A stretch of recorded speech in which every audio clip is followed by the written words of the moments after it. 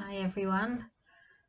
I would say normally, I hope you're having a good week. I think maybe good is too strong a word to use these days, but I hope everyone's having an okay-ish week and, ploughing through, getting on with it. Not the easiest week, I guess, for everyone. So this week, like everyone else, being stuck at home, I've been doing some baking. And I was baking with my 4-year-old and my 3-year-old, and we were making gingerbread men. And it was very cute. We'd finished cutting out the shapes. We'd made the men and the women. We've got men and women gingerbread cutters, and they were decorating them. So it was very cute. My 4-year-old Talia, she whispered to me so as not to embarrass her little sister Atara, and she said, "Mummy, I don't want to say it out loud, but Atara's done the mouth upside down." And what they were using was these like little confetti icing decorations that were slightly curved. They were, crescent shaped. And Talia had put all of hers in this way up, smiley face way. And her little sister Atara had put them in, this way up, like a sad face. And so Talia said to me, she's done it the wrong way. And I thought that's very cute that she thinks that's the wrong way. And then it got me thinking, like, what does she mean it's the wrong way? Like, for her, and for every little child who draws a person or a stick man or whatever, everyone draws a smiley face. Everyone draws this kind of mouth, right? You never see kids drawing this kind of mouth.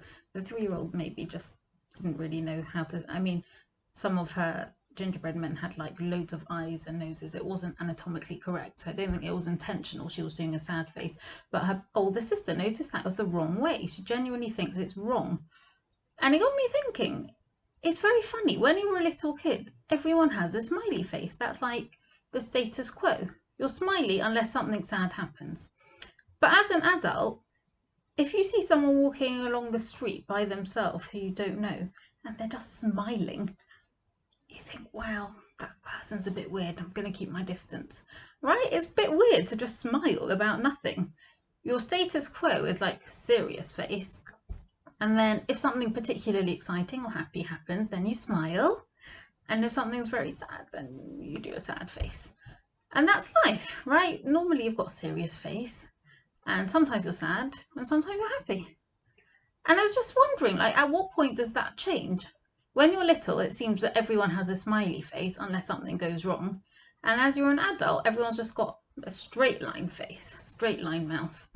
Because, that's life. If there's nothing to smile about, then why smile? So this week's Edra, we've got the big reveal. It's very dramatic, this week's Edra. It's Vayigash, and Yosef finally, after much toing and froing, is about to reveal himself to his brothers. They still don't know who he is. They think he's just this very high up commander-in-chief, Paro's second in command in Mitzrayim. And he's been making them go backwards and forwards throughout this famine. They've been coming to look for food, and he's in charge of all the food, and they have to go groveling to him.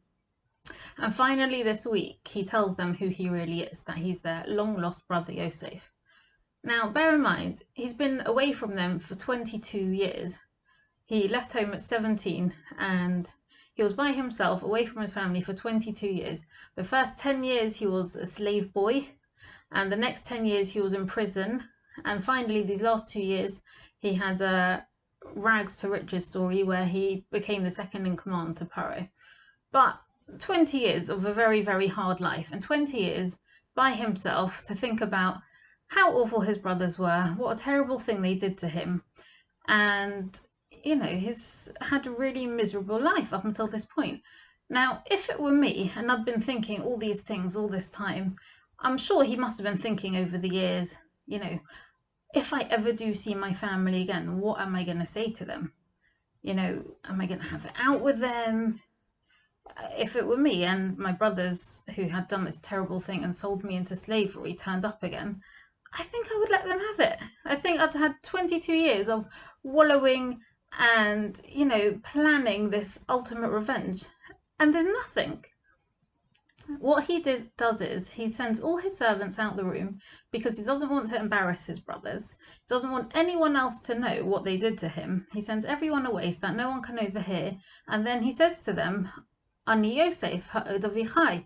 I am Yosef. Is my father still alive? So his first question is, how's my father doing?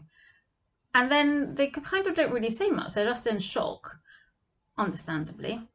And he goes on to say to them that he is Yosef, the brother who they sold into Mitzrayim, and then he tells them to come closer, and he can tell that they're all quite scared of him because now he's in this very high up position. He's in charge of all the food in basically the whole world, and they're very vulnerable because they've come, it's a famine, they've got no food left, he's in charge, and he could have the ultimate revenge on them. He could have been plotting this for 22 years, and they did this most horrific, awful thing to him, and suddenly they come face to face with him again. And he's like, hi, I'm Yosef.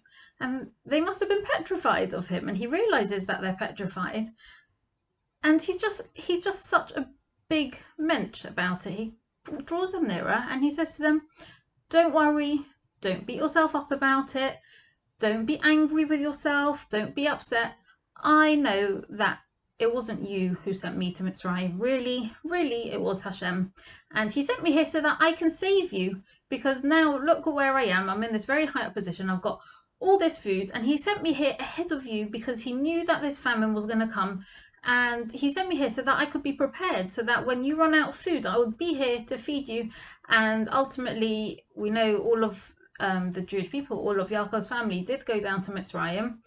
And then we were in Golis there for a long time. And Hashem sent me ahead of you so that I'd be here, set it all up. I'll get you a nice place to live. And he sorts them all out with the nicest spot of land for their shepherding, all their sheep, all their flock. He's just amazing about it. He doesn't say anything about how dare you, how could you do that to me? Do you know how miserable my life's been? There is none of that. And even when eventually Yaakov is brought down to Mitzrayim, his long lost father, who I'm sure he was very, very close with and he must have missed incredibly, and Yaakov had definitely missed him over the years, he thought he was dead. He never tells Yaakov what happened to him. Can you imagine? All of his brothers did this most awful thing to him, and he never reveals them to his father. He never tells him that they sold him. There's no mention of it in the Pesukim. He's just incredibly nice to them. He looks after them, and he sets them up. I mean, I just think it's such an incredible level he was on, that in all that time, when he could have been planning a revenge or he could have been really upset and miserable. He's just such a glass half full kind of guy. He just saw the positive. He said to himself, I know that the Jewish people, that this is part of the plan, that they were going to go to Mitzrayim, there's going to be a Golis, and I'm in the best position. I'm here for them. I can set them up. I can make it all transition a lot easier. And this was all part of Hashem's plan. I don't blame my brothers for what they did. This was what Hashem wanted. I'm exactly where I'm supposed to be. Now, I know this has been a really hard week for everyone. And every time you switch on the news, it just sounds like it's getting worse and worse. Like I felt like there was going to be a light at the end of the tunnel when this vaccine came out. And that maybe soon, the whole country would have a vaccine and then, we could go back to life as normal. And it seems like it's just getting worse and worse and there's more and more cases and more hospital admissions. And it's scary and we're all kind of trapped at home now and scared. And, from day to day, it keeps getting worse. The numbers are getting worse, all the reports are getting worse, all the restrictions are getting worse. And it's very easy to just think to yourself, worst case scenario, life's just really going downhill. But I think maybe, I know it's not easy to do, but maybe we can try to hold on to that childlike innocence that we used to have, where everyone was a smiley face unless something actually did happen. And, I know things are happening, but whilst you're at home and it's the winter holidays and the kids are around, and I know it's not easy and there's nowhere to go and there's nothing to do, but let's just try and think like maybe it's just all about to get better and we just don't know yet. In the same way as it can all go downhill from one day to the next, it can suddenly all go uphill from one day to the next, and that's completely feasible and it's completely within Hashem's power. And it's just, click of his fingers and it's done. So let's try and be glass half full kind of people this week. I know it's not easy, and if anyone's got any suggestions of how to do that or fun activities that people can do at home, then I'm sure people would love to hear from you. Anyway, meanwhile, have a good week, as good a week as you can. Stay home, stay safe, keep well, and have a good Shabbos.